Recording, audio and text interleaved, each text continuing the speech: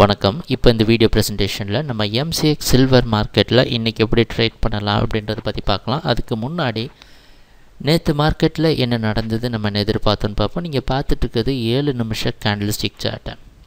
இந்த வெள்ளை colour candle stick தான் நேற்று மார்க்கெட்டோட ப்ரைஸ் ஓப்பனிங் 40,100 பக்கமாக நம்ம எதிர்பார்த்த மாதிரியே கம்மியாக ஓப்பன் ஆகிருக்கு. நம்ம என்ன எதிர்பார்த்தோன்னா 38,800 வரைக்கும் சில்வர் மார்க்கெட் அப் ட்ரெண்டுக்கு சாதகமாக இருக்கலாம். அதை விட்டு கீழே போச்சுன்னா நம்ம ட்ரேட் பண்ண வேண்டாம், ப்ரைஸ் ஆக்ஷனை வச்சு பார்த்து அப்புறம் முடிவு பண்ணிக்கலாம் அப்படின்றது தான் நம்மளோட எதிர்பார்ப்பாக இருந்தது.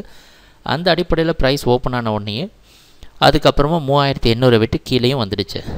அதுக்கப்புறம் பார்த்தோன்னா 39,800 சப்போர்ட் எடுத்து மார்க்கெட் 40,100 பிரேக் பண்ண முயற்சி செஞ்சுருக்கு. அது ரெசிஸ்டன்ஸாக மாறி 39,800 சப்போர்ட்டையும் பிரேக் பண்ணி மார்க்கெட் சரிவை சந்தித்து 38,800 வரைக்கும் கீழே வந்திருக்கு.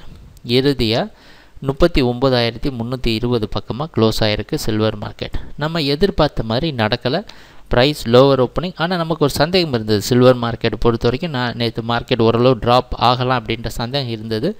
அந்த அடிப்படையில் மார்க்கெட் ட்ராப்பும் ஆகிடுச்சு. சரி, இன்றைக்கி என்ன பண்ணலாம் அப்படின்னு பார்த்தோன்னா, இன்றைக்கி ரொம்ப கொஞ்சம் கஷ்டமான இடத்துல தான் சில்வர் ப்ரைஸ் ட்ரேட் ஆகுது. அந்த ஒரு காரணத்தினால இதுக்கு முன்னாடி நடந்த ப்ரைஸ் ஆக்ஷனெல்லாம் கொஞ்சம் நம்ம அனலைஸ் பண்ணுறது நல்லது. 39,300 அப்படின்ற இந்த ஜோன் தான் சில்வர் மார்க்கெட்டுக்கு ஒரு நல்ல சப்போர்ட் கொடுத்து 40,560 வரைக்கும் போகிறதுக்கு உதவி செஞ்சுருக்கு. ஆனால் இப்போ ப்ரைஸ் பார்த்திங்கன்னா மறுபடியும் இதே இடத்துல வந்து ட்ரேட் ஆகுது. அப்படின்னா என்ன அர்த்தம்? இன்றைக்கி மார்க்கெட்டோட ப்ரைஸ் ஓப்பனிங் கொஞ்சம் முக்கியமானது. இந்த 39,200 300 அப்படின்னு நம்ம மார்க் பண்ணியிருக்க ஜோனுக்கு மேலே ப்ரைஸ் ட்ரேட் ஆகிற பட்சத்தில் ஓரளவு சில்வர் மார்க்கெட் மறுபடியும் பையிங்கை திருப்பி ரீகெயின் பண்ணுறதுக்கு வாய்ப்பு உண்டு.